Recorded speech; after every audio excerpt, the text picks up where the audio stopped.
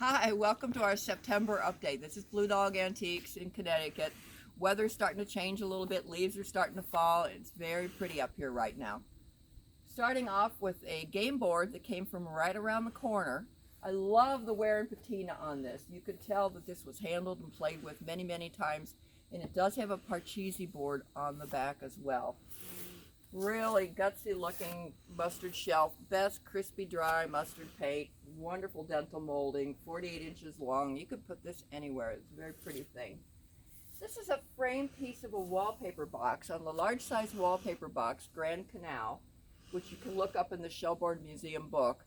It was a tribute to the Erie Canal, which was very important for transportation when it opened in the day. It made everything much easier for people in the Midwest to get their goods out to the East Coast. Anyhow, beautiful color. They saved the wallpaper box, they flattened it out and framed it for us. Nice sand weighted tin candlestick. This is a miniature redware pitcher. And I don't know if you can you see this splashy black manganese decoration on it? I think they probably just went like that with their brush and ta-da, decorations.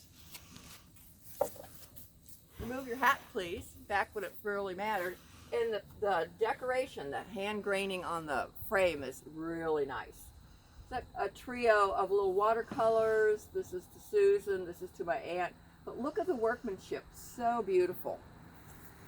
Nice game board here, original paint, and again it has another game on the back. One of the finest New England wall boxes you'll ever see. It's got heavy pine. Often you can tell how early a box is by the thickness of the pine, because cutting wood was a big job back in those days before they had sawmills. So the wood would be thicker and heavier. Good coat of mustard paint over the original red paint, replace knob, but I don't care. What a piece.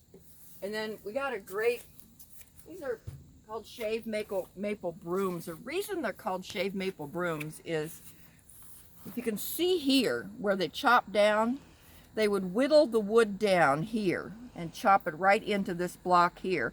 And then they'd fold over these thin little pieces that they'd whittle down, fold them over and tie them off. And that's how they made brooms. That's how the Indians taught the Pilgrims to make brooms, and that's how they made brooms here in New England for quite a long time. And I'm going to start over here again so you can see something. This sun is bright and wonderful, but a little hard. This is a child-sized little cupboard. I like it without the knobs. You could obviously put the knobs back on. You can hang it on the wall. It's only 7 inches deep. They're great for display, these little pieces. We've got a pair of Harvard shaker wall boxes here. Some more over here to talk about. What's really special here is this is called a rundlet or a swigler. It's only 8 inches long. It's a very small piece of stoneware. This one is one of only 3 known, made by Crolius in New York State, pictured in a book. Quite a special, rare item. If you collect stoneware, I'm pretty sure you do not have this, so you might want to take a look at it. Group of doll dresses here, handmade by somebody for their baby. Another super rare thing here. The cradle is chalkware, so this item would have been sold with other chalkware decorations for your home.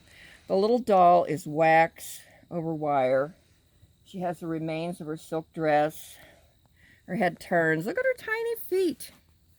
She's got one arm still. She got part of an arm missing, but what a fantastic, rare little piece. I'm guessing you don't have this in your doll collection. You might want to take a look at her. She's only 3 inches long and sweet as anything.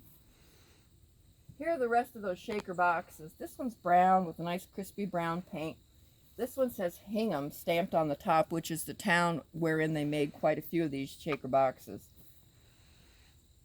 Here's a larger one. Here's a pair in a good blue paint. Just wonderful grouping we got here this time. Here's a primitive doll. Look how she's been dragged along the floor and worn and loved over the years. Look at her petticoat. Almost prettier than her dress. Here we have a pair of, they're called Santos. They were religious figures, often from Mexico or other places. This one here, well, you can see in general, they both have really nice dry paint. A few bug damage, but not too bad. This one has glass eyes. They're just wonderful early pieces from back in the day. Here we've got a grouping of hearts. It's a nice red velvet pincushion. These are carved, they might have been maple sugar molds, not sure. This one's carved on both sides. They have hearts and crosses and all sorts of things. This is another rare, this is a month of rare special things we've saved just for you guys. These were gifts, baby gifts. It has the initials of the child here. I'm guessing because of the color it's a boy, so Harold Davis or something. And look at the precious condition it's still in after all these years. Maybe she didn't sew. Maybe she never used it to put her pins in.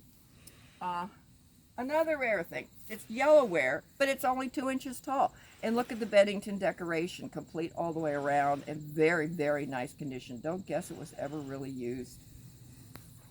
Here we have a pair of Connecticut redware chargers. I mean, look at the size on this. They're just wonderful, heavy thickness, dark color from wear.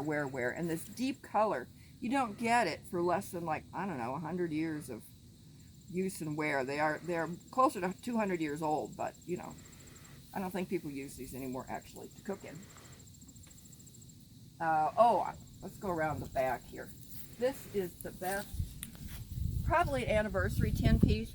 It's homemade. You can see they made it out of a food mold and then soldered it and made it up into a fancy candelabra for your table. It's a dark brown paint now, but I'm guessing it was probably gilded back in the day and it's oxidized over time. But it's a great, great centerpiece for your harvest table, perhaps. And we're finishing up with another rare special piece. Like I told you, we got the stuff this month.